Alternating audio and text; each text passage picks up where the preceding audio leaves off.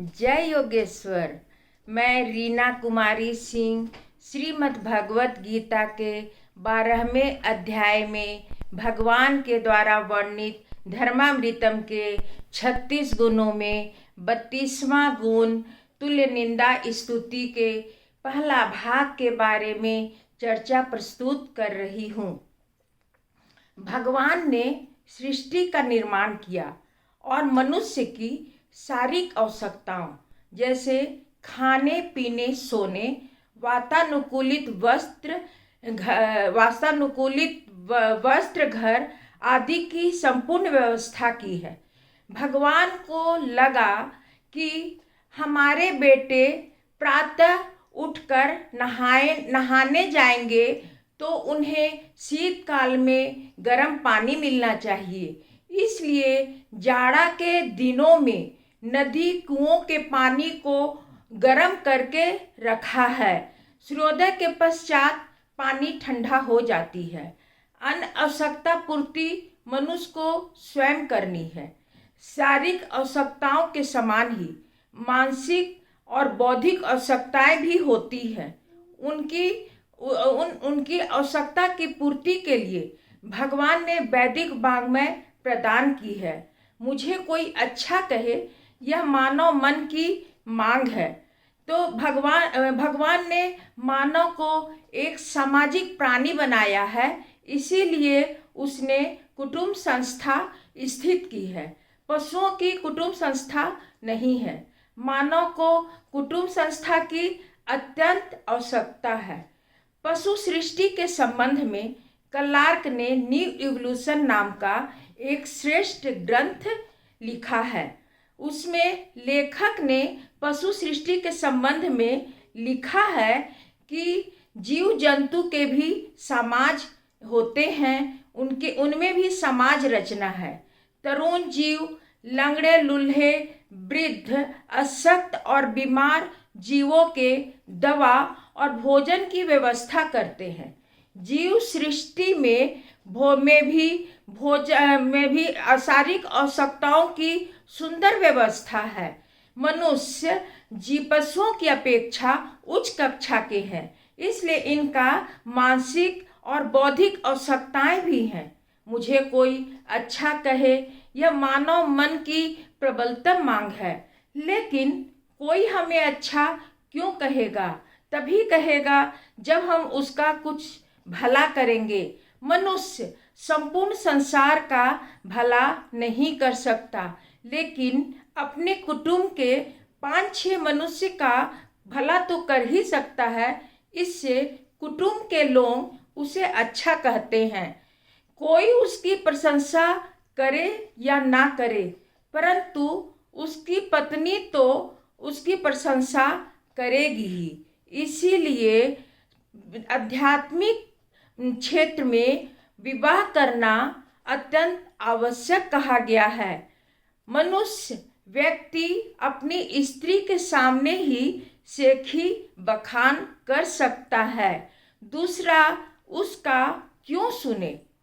Office में typist की नौकरी करने वाला की पत्नी कहती है कि सब लोग गर्मियों की छुट्टी में घर जाते हैं, तुम तो कभी छुट्टी लेते ही नहीं।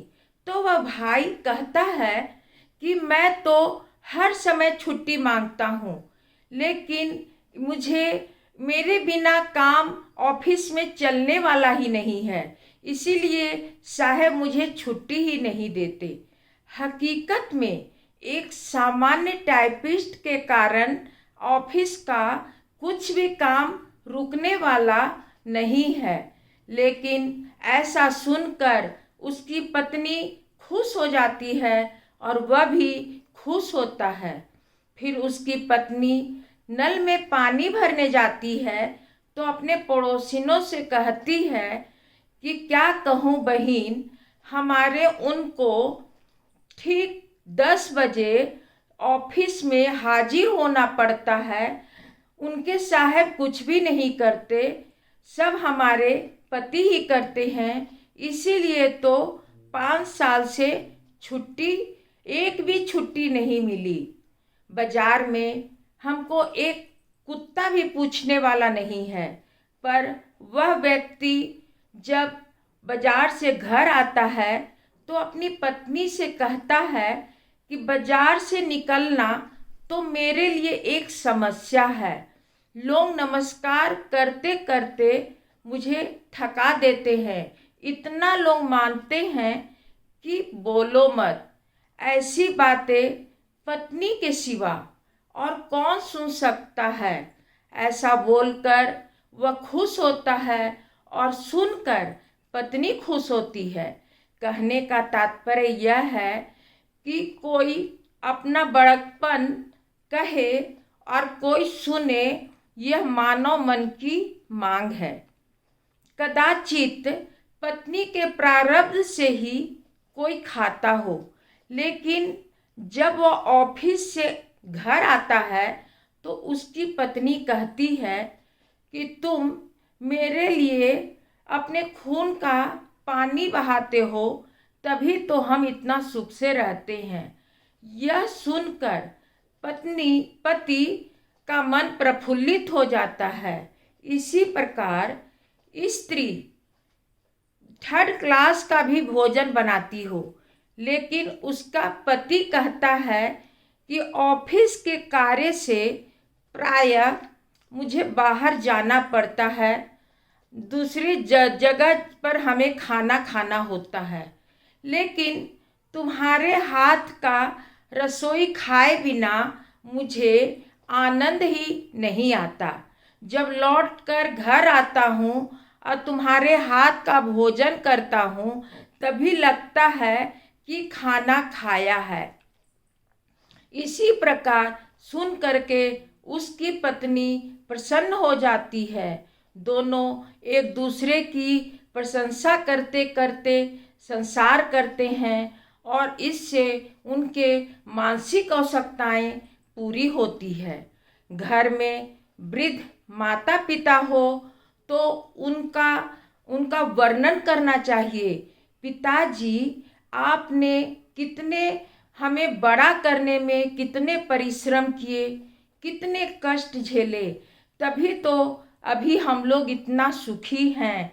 अब आप शांति से बैठे आराम करें, आपको कुछ करने की आवश्यकता नहीं है। ऐसा सुनकर वृद्धजन खुश हो जाते हैं। इसे ही कुटुंब जीवन कहते हैं। माता पिता को बच्चों का पालन पोषण करना ही चाहिए और इसके लिए बिना मेहनत किए गुजारा ही नहीं है। उपनिषद में याज्ञवल्क्य कहते हैं कि पत्नी पति पर और पति पत्नी पर अपने लिए प्रेम करते हैं। तो इस प्रकार यदि हम वृद्ध लोगों के पास बैठे, उनसे बात करें, उनसे कोई पूछे, तो वे प्रसन्न हो जाएंगे और उनकी मानसिक मांग पूर्ण हो जाएगी। धन्यवाद। यह एपिसोड पूर्ण हुआ। क्रमशः आगे यदि यह अच्छी लगी हो तो लाइक और सब्सक्राइब अवश्य कीजिए।